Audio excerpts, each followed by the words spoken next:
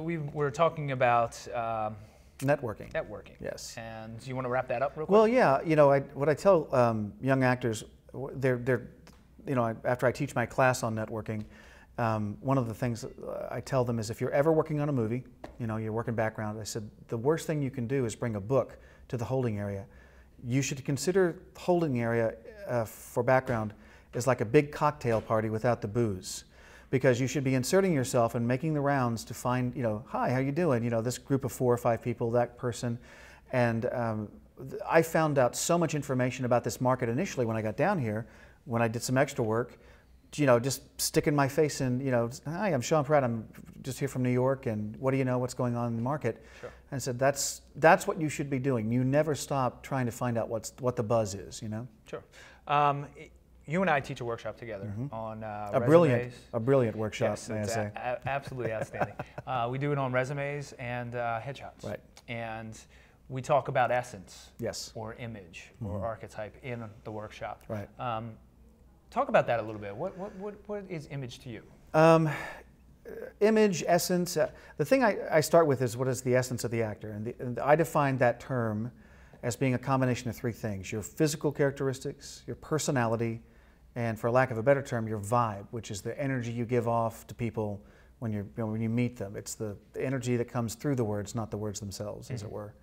And what I tell actors is that what's really cool is, to a certain extent, you can control those elements. You can alter your look to a certain degree. You can obviously behave in a certain way to reveal different sides of your personality. And you have to be aware, what is your essence? How do you come off to people?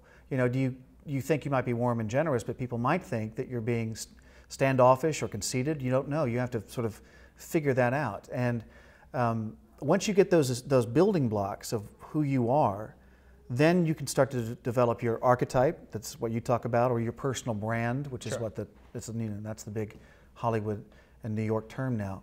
So I say you need to find those fundamentals first. And as you know, in our class together, I say because of my essence, because of my face and my build and my personality and my vibe, I tend to play the good guy. I play doctors, cops, and priests. That's what I play. And you play a slightly different version of that because of your essence, And because we know that, we know how we're going to fit into a casting session. We know what parts of how to dress for it, what energy to bring into the room with. Those are all really critical to getting the part. As part of that workshop, when we talk about the archetype and we talk about the essence, a lot of actors, they don't get that. They have an issue with it. They see themselves one way, but other people see them, or a casting director sees them as something else. Right. What should an actor do to maybe help that? Broaden their horizons, right? Because you talk about we have a mutual actor friend who remains nameless, but he had this image of himself, his brand or his archetype, and it was not what he really was, and he resisted that for a long, long time. And he kept fighting the fact that he was being called in for a totally different kind of character. And when he finally accepted it was when his career really began to take off. So my advice is, well, first of all, people are going to type you no matter what. Yeah. So that's a given, whether you like it or not. And so finding out what those people think is important. You have that wonderful exercise where you have them look at write down the adjectives they see when they're observing the actor in question. That's a brilliant exercise. And and then listen to the feedback. You may want to, as much as I would love to be the demon vampire, king biker dude, I'm never going to be that. That's not my essence. That's not who Sean Pratt is. Yeah. And I know that, I accept it, and because I know where my brand is and where it fits into the market, that's why I work all the time. Good. Talk a little bit about, because I know we do the workshop together, but you do other workshops as well. Right. So talk a little bit about the workshops you do and your website and your newsletter and all that. I do a lot of free classes so people can come and meet me. I do classes on networking, what that means, marketing, advertising. I do a class about when to take a job and when to turn it down, the one on resumes I do with you. And I also do a lot of personal coaching with actors, but it's not about acting, it's about the business of acting. Sure. So they come and we talk about what their career goals are. I try to suss out what they know about the business and then fill in the gaps for them. I give them reading assignments and homework to work on. I'm a real coach in that sense. I'm like, you're going to go, I want to see your new resume. I want to see this thing and that thing. I want you to read this book and then tell me what you think about it. And I give them a path. Your career is a business, and your business needs a plan. And if you don't have it, if you don't know where you're going, any path will take you there. And that's what I provide, and that's actually a lot of fun. I've met so many wonderful people over the years, actors who now come back to me a year or two or three later saying, I'm so much further down my career having worked with you, and it makes my day. It really does. Good. And where can people find out about your workshops? You can find out my workshops by going to my website, which is SeanPrattPresents.com.